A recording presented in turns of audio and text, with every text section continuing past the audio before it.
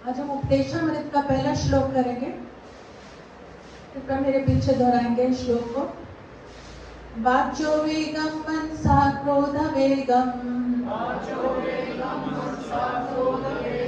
जीवा वेगम मुद्रोपस्थ वेगम,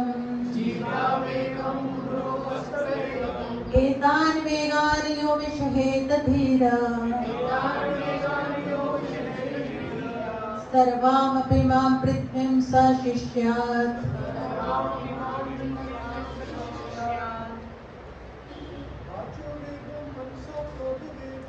वाचो वेगम मनसा क्रोध वेगम, जीवा वेगम मुद्रोपस्थ वेगम,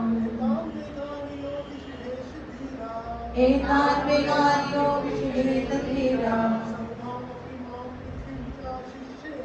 सर्वामपि मां पृथ्वीं स शिष्यात्। वाचो वेगम मनसा क्रोध वेगम, वाचो वेगम मनसा क्रोध वेगम, जिह्वा वेगम मुद्रोपस्थ जीवा वेगम मुद्रोपस्थ वेगम, वेगम, तान वेगान यो विषहेत एतान वेगान यो धीरा, विषहेत धीरा, सर्वापि सर्वामपि मां पृथ्वी सा शिष्यात्। मां पृथ्वीं स शिष्यात्। वाचो वेगम मनसा क्रोध वेगम, वाचो वेगम मनसा क्रोध वेगम, जीवा वेगम मुद्रोपस्थ वेगम, जीवा वेगम मुद्रोपस्थ वेगम, एतान वेगान यो विषहेत धीरा, एतान वेगान यो विषहेत धीरा, सर्वामपि मां पृथ्वीं स शिष्यात्। सर्वामपि मां पृथ्वीं स शिष्यात्। वाचो वाणी के, वेगम वेगम वेग के, मनसा मन के, क्रोध क्रोध के, वेगम वेग को, जीवा के, वेगम वेग को, उदरपस्थ पेट तथा जनेंद्रियों के, वेगम वेग को, एतान इन वेगान वेगों को, यह जो विषहेत सहन कर सकता है, धीरः धीर, गंभीर, सर्वाम समस्त,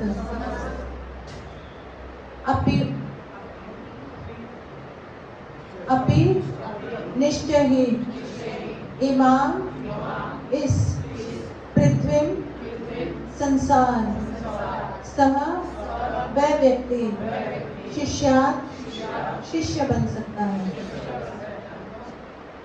अनुवाद और तात्पर्य। इस divine grace AC Bhaktivedanta Shri Prabhupada ji के द्वारा श्री प्रभुपाद की वह धीर व्यक्ति जो वाणी के वेग को, मन की मांगों को, क्रोध की क्रियाओं को तथा जीभ, उदर एवं जनेंद्रियों के वेगों को सहन कर सकता है, वे सारे संसार में शिष्य बनाने के योग्य है। कृपया पीछे दोहराएं। वह धीर व्यक्ति जो वाणी के वेग को, मन की मांगों को, क्रोध की क्रियाओं को तथा जीभ, उदर एवं जनेंद्रियों के वेगों को सहन कर सकता है, वे सारे संसार में शिष्य बनाने के लिए योग्य है। तो ये श्लोक बहुत ही महत्वपूर्ण है। भक्ति में प्रोग्रेस कैसे करनी है उसको दर्शाता है ये श्लोक। तो जैसा कि रूप गोस्वामी कह रहे हैं कि धीर व्यक्ति कौन है, उसके आगे क्लासिफिकेशन दी हुई है कि धीर व्यक्ति कौन है, जो वाणी के वेग को, मन की मांगों को, क्रोध की क्रियाओं को, जीभ, उदर, जनेंद्रियों को सहन कर सकता है। इनके वेग हैं, इनको जो सहन कर सकता है वो हर सारे संसार में शिष्य बनाने के योग्य हैं। तो श्रीमद् भागवतम में छठे स्कंद के पहले अध्याय के 9 तथा 10 जो श्लोक हैं, उसमें परीक्षित महाराज ने सुखदेव गोस्वामी से प्रश्न किया था। देखते हैं श्रीमद् भागवतम में प्रश्न और उत्तर है। परीक्षित महाराज प्रश्न कर रहे हैं, सुखदेव गोस्वामी उत्तर दे रहे हैं। अनेकों प्रश्न पूछते हैं परीक्षित महाराज, और उनमें एक प्रश्न में ये था कि यदि लोग अपनी इंद्रियों को वश में नहीं कर सकते तो वे प्रायश्चित क्यों करते हैं।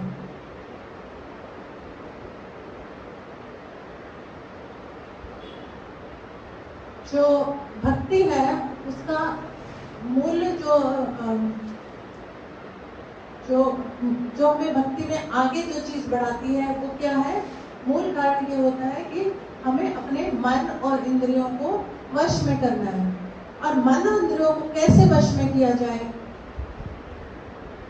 ये हमें रूप गोस्वामी सिखाते हैं भक्ति उपदेशामृत में।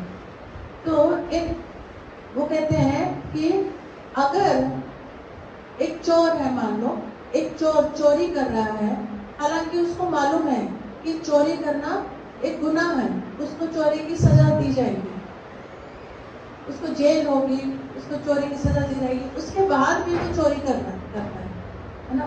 मतलब उसको वो पकड़ा भी जा सकता है, उसको जेल भी हो सकती है, बंदी भी बनाया जा सकता है, फिर भी वो चोरी कर रहा है। तो इसका मतलब वो भी कम बुद्धिमान है। तो ये चोर का उदाहरण है। तो इसी तरह मनुष्य भी क्या है कि वो हर एक पाप कर्म कर रहा है, उसको पता भी है कि पापों का कोई भी कर्म कर रहा है तो उसका फल भी मिलेगा, बुरे कर्म करेगा तो उसका बुरा फल मिलेगा, उसको मालूम है, हम सबको मालूम है। उसके बावजूद भी क्या है, एक मनुष्य क्या है, पाप कर्म में क्यों लगता है, जेल भी जाएगा, पकड़ा भी जाएगा, उसकी सजा भी होगी, उसको दंड भी मिलेगा। इस तरह से ये सब पता होने के बावजूद भी हम लोग क्यों पाप कर्म में फंसते हैं। परीक्षित महाराज का यही प्रश्न है कि हम लोग क्या है, अपनी इंद्रियों को वश में क्यों नहीं रख पाते, क्यों बार बार पाप कर्म करते हैं। सोचते हैं पाप नहीं करेंगे, जाके गंगा में स्नान भी करके आएंगे, हरिद्वार जाएंगे, और क्या है, स्नान करेंगे, अब तो हमारा पाप सारा धुल गया, और उसके आने के बाद फिर से वही पाप कर्म में लग जाएंगे, भगवान की भक्ति में नहीं लगेंगे और भगवान का स्मरण नहीं करेंगे, और क्या है, फिर से जो पाप करते आ रहे हैं। 4 जो नियम है जो शास्त्रों में दिए गए हैं, वो क्या नियम है कि हमें पाप कार्यों से बचना है। 4 प्रकार के नियम सबको बताते हैं ना, है कि कौन से 4 प्रकार के? अधर्म जो, हाँ, मीट मच्छी इत्यादि, अंडे इत्यादि ये नहीं खाना, है ना, नशा नहीं करना, अवैध संबंध नहीं करना, और अवैध रूप से धन ना कमाना। ये 4 प्रकार के, ये सभी पे लागू होते हैं, ये नहीं कि सिर्फ डिवोटीज पे, ये सभी पे लागू होते हैं। ये पाप कर्म है, ये पाप कर्म लोग गंगा में स्नान करने के बावजूद भी, उसको आने के बाद भी ये पाप कर्मों में लगे रहते हैं। उनकी जो प्रवृत्ति है, जो ये पाप को दूर बनाने की या पाप करने की, वो जाती नहीं है, वो वैसा हमेशा वो करना ही चाहते हैं। आज गंगा स्नान कर लिया, आगे फिर वही पाप शुरू कर दिए, तो उस प्रायश्चित का फायदा क्या है? ये प्रश्न है इसका परीक्षित महाराज का, कि यदि अपनी इंद्रियों को वश में नहीं कर सकते तो प्रायश्चित क्यों करते हैं, फिर क्यों गंगा स्नान करना है? गंगा भी अपवित्र हो जाती है पाप लेके, जब उसको फॉलो ही नहीं करना तो वो करना ही क्यों है, फिर प्रायश्चित क्यों करते हैं? ये उनका प्रश्न।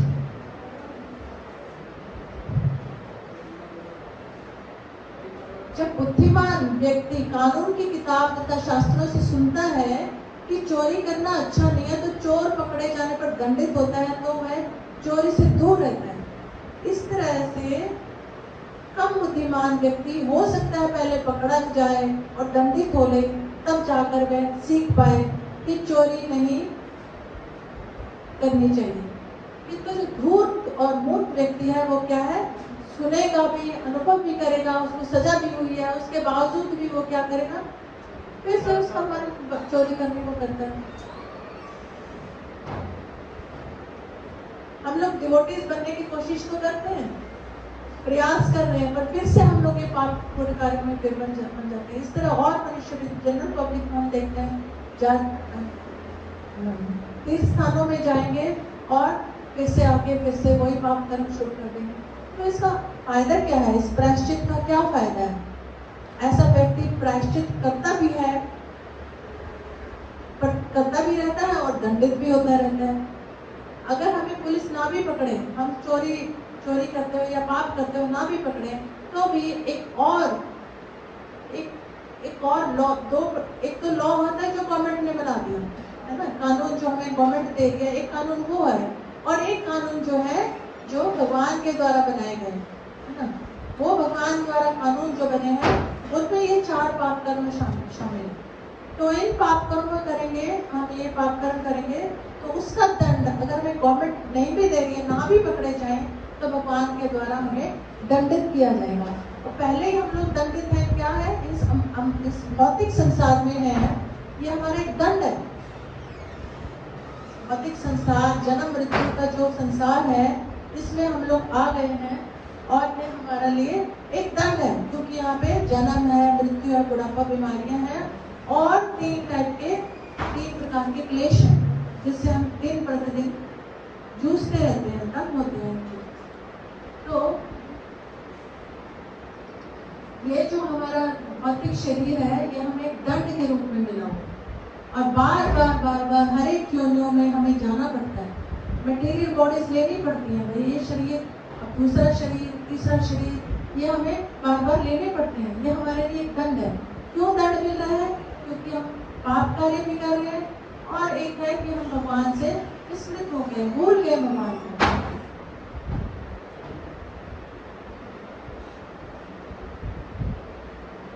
तो ये भूलने के कारण हम लोग इस संसार में, इस भौतिक जगत में बार अनेकों शरीर में, कभी इस शरीर में, कभी उस शरीर में दंड है।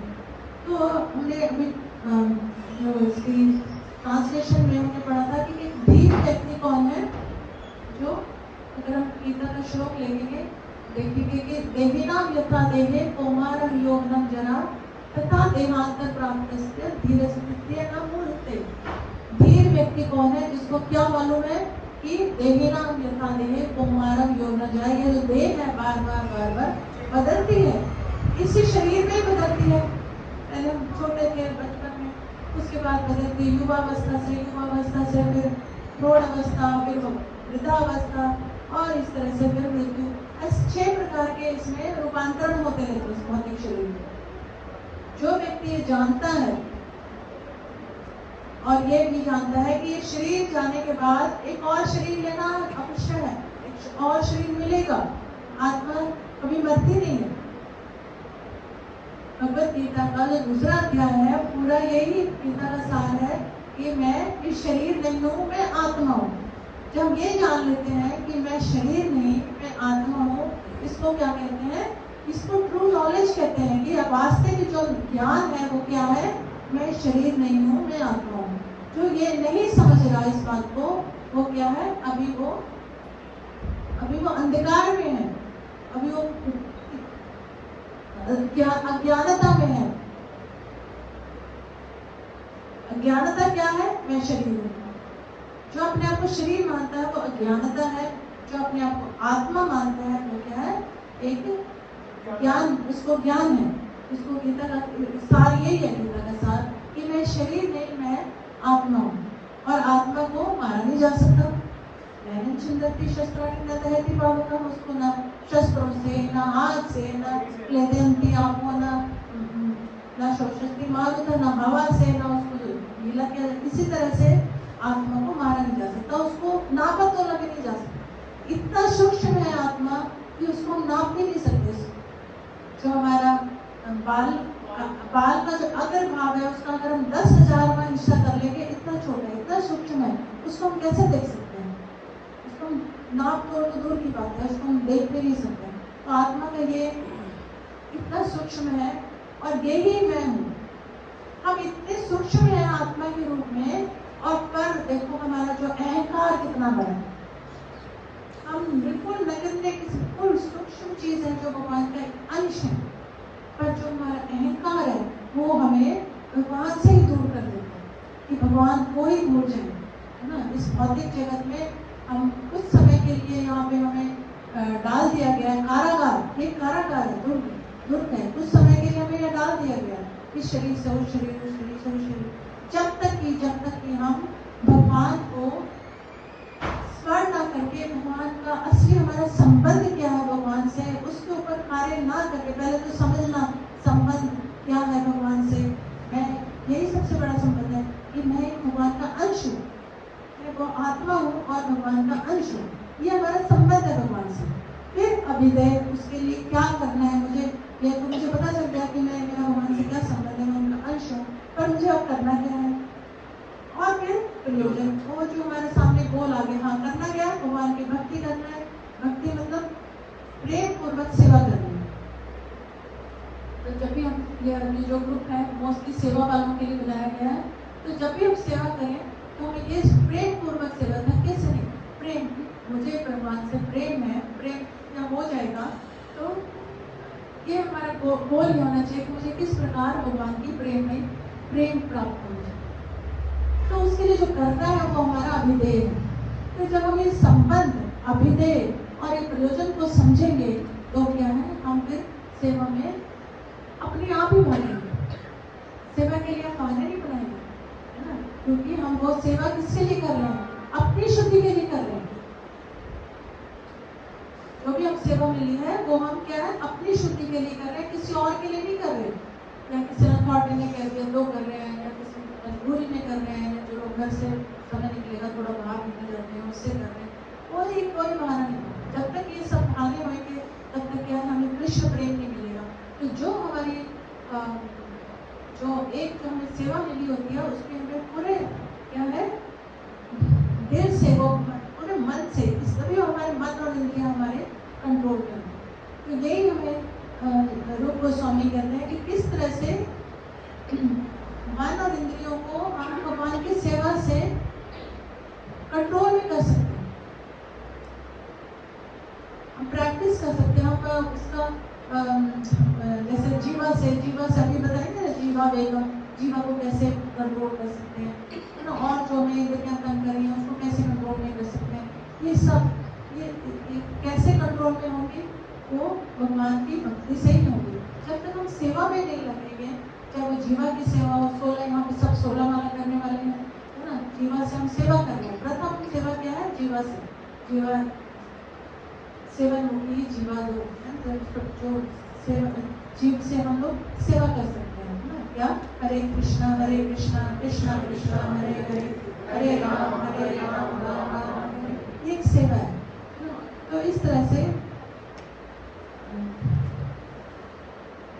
हम इंद्रियों और मन को भगवान की सेवा में ला सकते हैं। इसलिए हमें अपनी जो सेवा मिली है उसको बड़े ही ध्यान पूर्वक और प्रेम पूर्वक करनी चाहिए, उत्साह के साथ, और अपने आप में पूछ के हमें सेवा करनी चाहिए।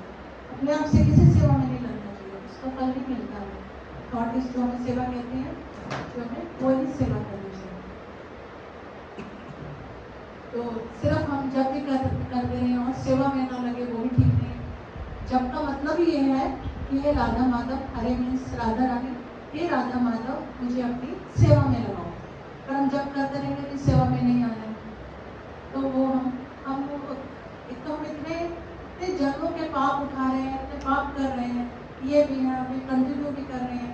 और उसके बाद अगर हम भगवान की सेवा में नहीं लगेंगे तो हमारे पाप भी दूर भी नहीं होंगे। सेवा से क्या है, हमारे पाप भी करते हैं, ठीक है। जीवा से जो हम सेवा कर रहे हैं, 16 माला जब कर रहे हैं, पर हमें भक्ति इसलिए नहीं करनी है कि हमें अपने पाप करते हैं, कोई रीजन नहीं होना चाहिए भक्ति करने का। अहेतु की अप्रतिहता, भागवत में पढ़ेंगे कि वासुदेवा भगवती भक्ति योगा प्रयोजिता, अहेतु की अप्रतिहता सात्वस्तु प्रसिद्धि, कि भगवान की सेवा क्या होनी चाहिए, वासुदेवा भगवती, भगवान की सेवा कैसे होनी चाहिए, अहेतु की अप्रतिहता, उसका कोई कारण नहीं होना चाहिए कि मुझे अपने पाप काटने हैं या मुझे इसका कोई फल चाहिए, इसके बदले जो भक्ति मैंने इतनी भक्ति की है इसके बदले मुझे घर दे दो, मकान दे दो, गाड़ी दे दो, ये दे दो, वो दे दो, नहीं। उसका कोई हमें मोल भाव नहीं करना चाहिए। अहेतुकी का ये अर्थ है अप्रतिहता, कॉन्टिन्यूअसली, उसमें कोई रोक टोक नहीं आनी चाहिए कि आज हो गई भक्ति अब कल सोचे, आगे सोचे। तो वी हैव टू बिकम, हमें अपनी जो सेवा में बहुत ही सीरियस होना चाहिए। अहेतुकी, अप्रतिहत, ये भक्ति की डेफिनेशन है। कॉन्टिन्यूअस एक तो होनी चाहिए, गैप्स नहीं आने चाहिए। कोई किसी कारण बहुत इमरजेंसी है उसको हम मान सकते हैं वही गैप आया, अदरवाइज भक्ति की सेवा में, क्योंकि सेवा करने से हमें जिसके लिए हम सेवा कर रहे हैं उसके प्रति हमारा एक प्रेम जागृत होता है। अभी तो हम प्रेम नहीं करते हैं भगवान से, पर सेवा करते रहेंगे तो हो सकता है कोई ऐसा दिन आएगा या हो सकता है इस जन्म में कृपा हो जाए कि मुझे कृष्ण से प्रेम हो जाए, है ना। तो ये उद्देश्य होता है सेवा। तो इसलिए हमें सेवा को बड़ी सिंसियर लेना चाहिए।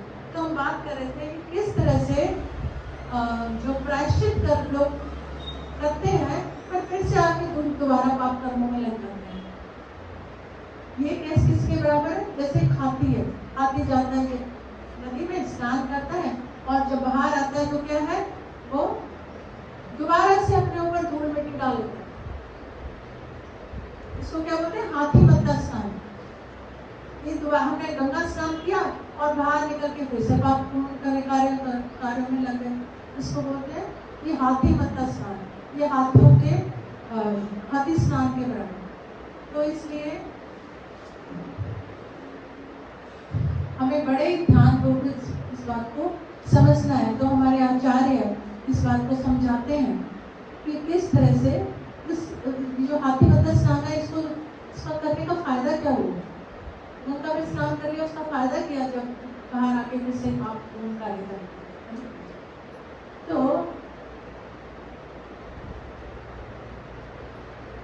भक्ति में आकर भी हम क्या सोचते हैं कि हम हरे कृष्ण महामंत्र कर रहे हैं, हम जब कर रहे हैं 16 माला भी कर रहे हैं और ये सोच के कर रहे हैं कि अरे मेरे जो पाप है वो दूर हो जाए। तो ये क्या है? बहुत बड़ा अपराध है। नाम के बल पर पाप करना, वो उसमें पढ़ते हैं शिक्षाशास्त्र में, नौमा क्या है? नाम के बल पर पाप करना। तो पाप की नाम कर्मों का पाप कर लेता हूँ, नाम कर्मों का पाप दूर हो, नो डाउट वो दूर हो जाएगा। हर नाम भगवान का है, एक नाम लेने से ही असंख्य पाप दूर हो जाते हैं, जन्मों जन्मों के पाप दूर हो जाते हैं। पर ये सोच के करना कि मेरे पाप हो जाएंगे मैं हरि नाम लूंगा, वो एक अपराध है। तो हमें इसलिए इन अपराधों से बचना है, ये सोच के नहीं करना चाहिए। हमें हरि नाम लेना चाहिए कि मैं भगवान की भक्ति में आगे कैसे बढ़ूं, इस जीवन में फंस गया हूँ, मृत्यु जन्म मृत्यु में फंस गया हूँ, इससे बाहर कैसे निकलूं, इसको ये हमें प्रयास करना है। और कोई रीजन नहीं होना चाहिए हमें भक्ति में आने के बाद, इससे मुझे धन मिल जाएगा, इससे मुझे यश मिल जाएगा, इससे मुझे कुछ और जो मेरी इच्छा है इच्छाओं की पूर्ति हो जाएगी। तो ये सोच के भक्ति में फिर अनेकों जन्म लग जाएंगे, अनेकों जन्म से हम घूम रहे हैं और भक्ति में आने के बाद भी जो हम ऐसे करेंगे तो क्या है, अनेकों जन्म और लगेंगे, पता नहीं किस। तो हमारा प्रयास ये होना चाहिए कि ज़्यादा से ज़्यादा भक्तों के संग में रहे। भक्तों का संग हफ्ते में यहाँ पे एक बार करते हैं, तो इस संग का हमें प्रयास करना चाहिए कि किस तरह से मुझे जाना है, मुझे एक सेवा करनी है, सुनना है। सुनने से क्या, श्रवण से क्या है, मेरे कामों में जाएगा और मैं जो सेवा है उसको और अच्छे ढंग से कर पाऊँ। श्रवण का यही अर्थ है ना, हम दर्शन करने आते हैं, पर असली दर्शन क्या है, भागवत का जो सुनते हैं वो दर्शन। दर्शन हम इन आंखों से भगवान के दर्शन नहीं कर सकते, हम इतने परिपक्व नहीं है, हम शुद्ध नहीं है कि हम भगवान का दर्शन करें। भगवान की सेवा कर सकते हैं, ठीक है, भगवान के लिए माला बना ली, भगवान सुंदर है, एक सुंदर सी माला भगवान के लिए बनाओ, ये भगवान के लिए फूल लाए, ये भगवान के लिए फल लाए, ये भगवान के यहाँ पे आके सेवा की, ये एक प्रेम दिखाने के लिए। जैसे हम किसी से प्रेम करते हैं तो उसको दर्शाना होता है ना, कि अदरवाइज कैसे पता चलेगा कोई किसी से प्रेम करता है। तो इसको हम दर्शाना है कि मुझे भगवान को प्रेम करता हूँ, तो नाम लेना भगवान का, भगवान के लिए सेवा करनी, भगवान की सेवा कितनी आसान है, तो मुश्किल काम नहीं है। पत्रम पुष्पम फलम तोयम यो मे भक्ति प्रचिति, ये भक्ति कैसे हो जाएगी? प्यार से। भगवान ने तरीका भी बता दिया, कोई लंबा छोड़ी लिस्ट नहीं दी भगवान ने, ये लिस्ट लो फिर आपके मेरे से बात करना, नहीं। सिंपल सब बता दिया, जहाँ बैठे हो जिस स्थिति में हो वहीं बैठ के हरि नाम मुँह से ले लो, मुँह खोलो थोड़ा सा, है ना, कानों से सुन लो। कान तो ऑलरेडी खुले हुए है ना, कान तो पहले ही खुले हुए हैं, तो उन कान बंद क्यों नहीं होते? देखो आंखें बंद हो जाती है पर कान नहीं बंद होते। भगवान ने ये हमें क्या है, ये हमें एडिशनल वो दिया है कि कान कभी बंद नहीं होंगे, हम हमेशा सुन सकते हैं। कान हमें बचाएंगे, इवन तो कहीं चोरी होगी, डाका होगा तो कान खुले रहते हैं, हमें उससे हम बच सकते हैं कि कानों से हाँ आवाज़ आई है, चलो उठ के, आंखें बंद होगी है ना, पर कानों से हम सुन के पता लग सकते हैं कि हाँ भाई किसी में चोरी होगी। इसी प्रकार कानों से क्या है, हम सुन सकते हैं, श्रवण कर सकते हैं। श्रवण ही पहली सीढ़ी है जिससे हम भक्ति में आगे बढ़ते हैं। जो सुनता नहीं है ना, सिर्फ जब कर लेगा, जब मन में ही कर लेगा, नहीं, जब को भी जोर से बोलना है और सुनना है, क्योंकि वो सुन के वो हमारे हृदय में जाता है, फिर हमारा हृदय परिवर्तित होगा। क्योंकि हृदय में क्या है, क्रोध, लोभ, मोह, मद, मत्सर, ये जो पहले श्लोक में जो चीजें हटानी है ना, जो वेगों को हटानी है, वो हटेगी। वो कैसे हटेगी? हृदय में श्रवण करेंगे, सुनेंगे, वो हमारे हृदय में जाएंगे। तो ये क्या है ना, ये अपराध है अगर हम कीर्तन भी कर रहे हैं और सोच रहे हैं कि हमारे पाप कर्म क्या है, दूर हो जाएंगे। ईसाई लोग जो गिरजाघर में जाते हैं क्या करते हैं, फ्राइडे को जाएंगे है ना, और पूरा प्रायश्चित करेंगे, सब करेंगे, और बाहर आके फिर से कोई मीट शराब ये वो शुरू कर देंगे। उस प्रायश्चित का क्या फायदा, है ना। फिर पुनः ये सोच करके प्रारंभ कर देते हैं कि अगले शनिवार को या अगले इतवार को फिर जाऊँगा, फिर से पाप माफी करवा लूँगा। माफ हो जाते हैं, भगवान बड़े दयालु हैं, माफ कर देते हैं, और फिर क्या, फिर से दोबारा कर लेते हैं। तो ये क्या है, इसका ये कोई बुद्धिमत्ता तो नहीं है। बुद्धिमान व्यक्ति ऐसा नहीं करेगा। बुद्धिमान व्यक्ति को एक जैसे कि हमें जानवरों की तरह नहीं, मनुष्य में और जानवर में यही अंतर है। क्या अंतर है कि मनुष्य सोच सकता है कि बुद्धि है उसके पास दी हुई, वो सोच सकता है कि किस तरह से मनुष्य जीवन का उद्देश्य क्या है। क्या मैं वही आहार निद्रा भय मैथुन में लगा रहा हूँ जो जानवर भी कर रहे हैं, है ना। एक कुत्ता जमीन पे सो रहा है ना, या एक कुत्ता जमीन पे रोटी खा रहा है, और एक व्यक्ति है 5 स्टार होटल में जाके टॉप फ्लोर पे बैठा है और पूरा डाइनिंग ये अच्छा पूरा इतना पैसा ला के वो भी रोटी खा रहा है, कुत्ता भी रोटी खा रहा है। अंतर क्या है? अंतर तो कुछ नहीं है, वो भी रोटी खा रहा है। वो उसने इतना धन दौलत कमा के वो 5 स्टार होटल, ज़्यादा से ज़्यादा क्या हुआ, वो 4थी फ्लोर पे बैठ के पूरा अच्छे से, या 50वीं फ्लोर पे बैठ के खा हो ही रहा है रोटी। What is the difference? क्या अंतर है उन दोनों में? तो इसलिए आहार निद्रा भय मैथुन जो है वो दोनों में सेम है। तो मनुष्य को सोचना चाहिए क्या मैं जानवरों जैसा हूँ, क्या मैं भी जानवर हूँ, वो भी वही कर रहा है, मैं भी वही कर रहा हूँ। तो बुद्धिमान व्यक्ति सोचे कि नहीं, मैं इससे कुछ ऊपर हूँ, मैं कुत्ता नहीं हूँ, उससे कुछ ऊपर हूँ। तो वो सोचेगा फिर इसका क्या है, मैं क्या हूँ, मैं क्या करूँ जिससे कि मैं जो मनुष्य जीवन है उसको समझ सकूं, इसका उद्देश्य समझ सकूं। और फिर वो क्या करेगा, फिर वो शास्त्रों की तरफ मुख मोड़ेगा, क्योंकि और नहीं उसको पता ही नहीं चलेगा, है ना। जितने मर्जी PhD कर ले, कुछ भी कर ले, जितने मर्जी अच्छी पोस्ट पे चला जाए, प्रेसिडेंट बन जाए, ये बन जाए, वो बन जाए, जो मर्जी पोस्टों पे चला जाए, पर उसको ये भी बात नहीं पता चलेगी कि आहार निद्रा भय मैथुन के अलावा क्या कर सकते हैं, इसके अलावा उसको नहीं समझेगा। अनलेस एंड अनटिल, जब तक वो क्या है, शास्त्रों की तरफ मुख नहीं करेगा। शास्त्रों में लिखा है, साफ लिखा है कि बुद्धिमान व्यक्ति वो है जो कि शास्त्र पढ़ के भगवत गीता भागवतम अपना जीवन को सफल बनाए। पहली बात तो ये समझे कि मैं शरीर नहीं हूँ, क्योंकि पूरा जो इस भौतिक जगत में जो कार्यकलाप किया जा रहा है, जो वो सब क्या है, शरीर पे आधारित है। जितनी मर्जी एडवांसमेंट हो जाए, बड़ी बड़ी कंट्रीज हैं, एडवांस कंट्रीज हैं, भारत को तो बहुत एक अंडर डेवलप्ड लोग समझते हैं।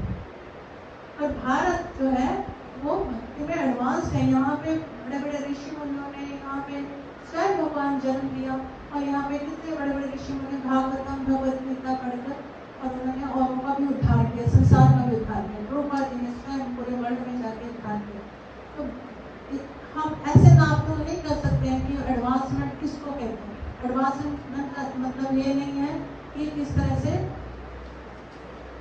से और धन कमा के या पूरा ग्लिटर शो ये सब करें, वो नहीं, उसको एडवांसमेंट नहीं कहा। क्या जन्म मृत्यु रोक सकते हैं, ये एडवांसमेंट। एक बुद्धिमान व्यक्ति ये सोचे कि क्या मैं जन्म मृत्यु से परे हो सकता हूँ, इसको एडवांसमेंट कहते हैं, है ना। तो इसलिए बुद्धिमान व्यक्ति, हमें बुद्धिमान बनना है। और बुद्धिमान कैसे बनेंगे? तो बुद्धिमान लोगों के बीच में रहेंगे, सिंपल सी बात है। तो इसमें बड़ी साइंस नहीं है, सिंपल सी बात है। जिसके हम संग में रहेंगे उसका संग प्राप्त करके हम बड़ी आसानी से इस जन्म मृत्यु का जो भय है, ये जन्म मृत्यु का जो सागर है, और सागर है जिसमें किसी न किसी कारण से मैं गिर पड़ा हूँ, और सागर में गिर पड़ा हूँ, कोई भी रीजन ना हो, बहुत पापी था, गिर पड़ा हूँ, नेचुरली भगवान से दूर आके यहाँ रह रहे हैं, बहुत ही जगत में रह रहे हैं, मतलब बहुत पाप में है, कोई डाउट नहीं है उसमें, कोई सर्टिफिकेट लेने की जरूरत नहीं है। शरीर अपने आप में एक सर्टिफिकेट है कि हम पापी पुरुष हैं, कि हम पापी हैं। भगवान के धाम में नहीं, हम इस भौतिक संसार में है। सबसे बड़ा सर्टिफिकेट क्या है? हमारा भौतिक शरीर, ये सर्टिफिकेट दिया हुआ। तो अपने आप को बहुत उच्च समझना मतलब एक हमारी नादानी है ना। अपने आप को इसलिए भक्ति में, अगर हम भक्ति में लगते हैं और अपने आप को दीनहीन समझते हैं और सीखने की कोशिश करते हैं कि हाँ सच्ची में मेरे को शरीर मिला है, अब पापी रहा हुआ होगा। अगर भगवान की भक्ति की होती तो हमें ये शरीर क्यों मिलता? धाम में ना गए होते भगवान के धाम में भगवान की सेवा ना कर रहे होते, क्यों भगवान से विमुख होकर, भगवान से ईर्ष्या करके हम लोग इस तरह पे आ गए, इस भौतिक संसार में आ गए। ऑलरेडी हम लोग सर्टिफाइड है, हम लोग पापी हैं। तो निकलना कैसे है? तो जो निकलने की कोशिश कर रहा है, या जो इस जगत में रहते हुए भी जो शुद्ध भक्त हैं, इस संसार में रहते हुए भी जिन्होंने अपना जीवन सफल बनाया है और इस संसार में रहते हुए भी मुक्त हैं, ऐसे व्यक्तियों का संग करके हम निकल सकते हैं। तो हमें प्रयास करना पड़ेगा, घर में बैठे बैठे नहीं होगा, प्रयास करना पड़ेगा, उन भक्तों का संग करना पड़ेगा। तो जो भी हमें मौका मिलता है, चाहे हमारी यहाँ पे क्लास हो रही हो, चाहे हमें कहीं और मौका मिलता है, सबसे बड़ी बात है कि जब हमारी यात्रा जा रही हो वृंदावन या अच्छे जो आध्यात्मिक क्षेत्र है उनमें जब यात्राएं जाती हैं, उनमें सबसे बड़ा हमें क्या है? भक्तों का संग मिलता है। अकेले हम यात्रा करेंगे कोई फायदा नहीं, क्योंकि यात्रा में जो हमें कानों से सुनते हैं, हम जब वर्षित भक्तों के कानों से बोल सुनते हैं, तो वो जब हमारे कानों में जाता है तो उस स्थलियों का पता चलता है, यहाँ पे ये लीला हुई, हम उसको रिलेट कर सकते हैं, वो सारी लीलाएं हमारे सामने आ जाती है। अकेले जाएंगे बस ऐसे घूमना क्या जाएगा, वो जस्ट क्या है? एक पिकनिक स्पॉट हो जाता है। पर हम जब भक्तों के संग में यात्राएं करते हैं तो क्या है? हमें भक्तों का संग, उसको कहते हैं भक्तों का संग, कि उस लीला का क्या वहाँ पे महत्व था, कौन सी लीला हो इस सामने तुम्हारे चलचित्र के रूप में सामने आ रही। भक्तों में ये गुण है, शुद्ध भक्त जो है हमें एक गुण दिखाते हैं कि हाँ यहाँ पे ये लीला हुई। उन गुणों के कारण हम भगवान को उनके समझने का प्रयास करते हैं। साल में एक दो बार जब भी यात्राएं, अब तो क्या सिग्निफिकेंट होगी, जब भी यात्राएं यहाँ होती हैं तो हमें क्या है? पूरा अच्छे से उसको वेट करनी चाहिए, कब यात्रा जाएगी। You should be the leader, कि मैं यात्रा में जाऊँगा, मैं वृंदावन जाके क्या सेवा करूँगा, कैसे मैं भक्तों को प्रसाद वितरण करूँगा, क्या प्रसाद बनाऊँगा, कैसे पूरी यात्रा में कोई ना कोई कुछ सेवा चाहे मिल जाए, कैसे। तो इससे क्या है? हमारे कितने पाप कर्म दूर होते हैं, हमारे हम भक्ति में आगे बढ़ते हैं ना। तो ये सब हमें इन चीज़ों में आगे बढ़ें। घर में बैठने से या अकेले ही इधर उधर जाने से हमारा कोई महत्व नहीं हो सकता। Very clear. भक्तों के संग में अगर हम नहीं रहेंगे या यात्राओं में नहीं जाएंगे, अपने आप अकेले अकेले घूमते रहेंगे, वो तो जस्ट पिकनिक। यहाँ गए, गंगा के आगे यहाँ पे गए थे, वहाँ पे भी गए थे, फिर क्या कर कुछ सुना नहीं, कुछ सुना नहीं। हमें जो दर्शन करवाने हैं वो दर्शन करवाने वाला तो हमारे साथ था ही। मैं बताता हूँ, दर्शन आंखों से नहीं होते। दर्शन क्या है? कानों से दर्शन होते हैं, कानों से दर्शन। कभी भी नहीं सोचना चाहिए कि मैं भगवान को ऐसे जाके दर्शन कर लूँ, गोकुल में जाऊँगा वहाँ दर्शन करूँगा, वहाँ दर्शन करूँगा, नहीं। कानों से बैठ कर कथाएं जब सुनते हैं उसको वास्तव के दर्शन करूँगा। तो यही उद्देश्य है कि जो हम यात्राएं जाने को हम लोग भी अकेले जा सकते हैं, जा सकते हैं, बट क्या है, भक्तों के संग में जो यात्राएं आती हैं वो वंस इन नेक्स्ट हम इसको ट्वाइस भी करने की कोशिश करेंगे, धीरे धीरे माया को ऐसे ट्वाइस भी करने की कोशिश करेंगे। तो इसका आपने पूरा पूरा लाभ उठाना है, पीछे नहीं रहना, क्योंकि जो वास्तविक स्थलियाँ हैं भगवान की, उनको देखना, उनके बारे में सुनना, ये भी हमें भक्ति में बहुत आगे बढ़ाना है। तो ये हमें हमेशा तत्पर रहना चाहिए कि कब कोई यात्रा आएगी और मैं कब भगवान के धाम में, खासकर वृंदावन धाम में भगवान की सेवा कर सकूँ। क्योंकि वैसे तो हमें सेवा मिलती नहीं धाम में, यात्रा में सेवा मिलती, धाम में सेवा करना एक बहुत बड़ा सौभाग्य की बात होती है। तो इसलिए हम जो यात्राएं भी बनाते हैं वो यात्राएं किसके लिए बनाते हैं? आप पटियाला वालों के लिए यात्रा बनाते हैं। पर देखा गया है कि पिछले सालों में देखा मोस्टली ये देखा गया है कि क्या है, उसमें मोस्टली के बाद में हमें चंडीगढ़ के लोग भी लेना पड़ते हैं। वो फिर क्योंकि पटियाले में से उतने लोगों का उसमें नाम ही, तो उत्साह नहीं है। उत्साह निश्चय धैर्य करना परिवर्तना। तो उत्साह निश्चय और धैर्य यही क्या है हमें भक्ति में आगे बढ़ाना।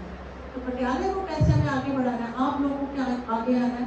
आप कुछ लोग आगे आओगे, लीडर बनोगे, तो हम इस शहर को बदल सकते हैं। अदरवाइज वही स्लो काम चल ही रहा है ऑलरेडी, और भी स्लो होता जा रहा है कि लीडर्स आगे नहीं। तो we want leaders in this group. तो लीडर्स आगे आए, यात्राओं, आपने यात्राओं को आगे सेवाओं में लगाना है। पर यहाँ देखते हैं सिर्फ चंडीगढ़ के लोग ही जा रहे हैं, तो पटियाले से नाम ही नहीं आते। तो लीडर्स कैसे हम शहर को बदलेंगे? हम कहते रहते हैं हम भक्त हैं, हम बदलना चाहते हैं, लीडर, पर लीडर कैसे बनेंगे? लीडर वाली क्वालिटीज आनी चाहिए। लीडर वाली क्वालिटीज हम क्या है, यात्राओं में सीखें, क्योंकि वहाँ पे हमें सेवाएं मिलती हैं और वहाँ पे हम सीखेंगे कि किस तरह से। और लीडर्स क्या कर रहे हैं? अनेकों, कार्तिक में तो खासकर अनेकों ग्रुप आते हैं जहाँ पे अनेकों लोग ग्रुप्स लेके आते हैं। वो क्या कर रहे हैं, सीखते हैं। वो कैसे कर रहे हैं? हम भी वैसे करने की कोशिश करते हैं, हम भी वैसे मैनेजमेंट करें। तो मोस्टली लीडर्स जो जहाँ से बनते हैं वो इन यात्राओं में से आगे आगे निकलते हैं। वो अलग बात है कि वहाँ पे आगे हम सेवाएं कर लेते हैं, तो थोड़े पैमाने पर जो बड़ा रास्ता अपने आप को खोलना है, अच्छा टीचर बनना है, अच्छा लीडर बनना है, वो हमें क्या है, यात्राओं में हमेशा आगे हेल्प करवाना चाहिए।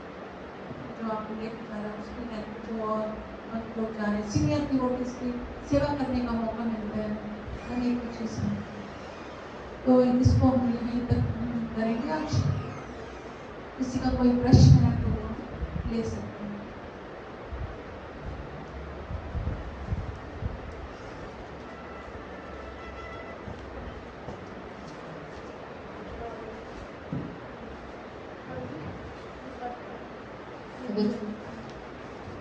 हाँ जी।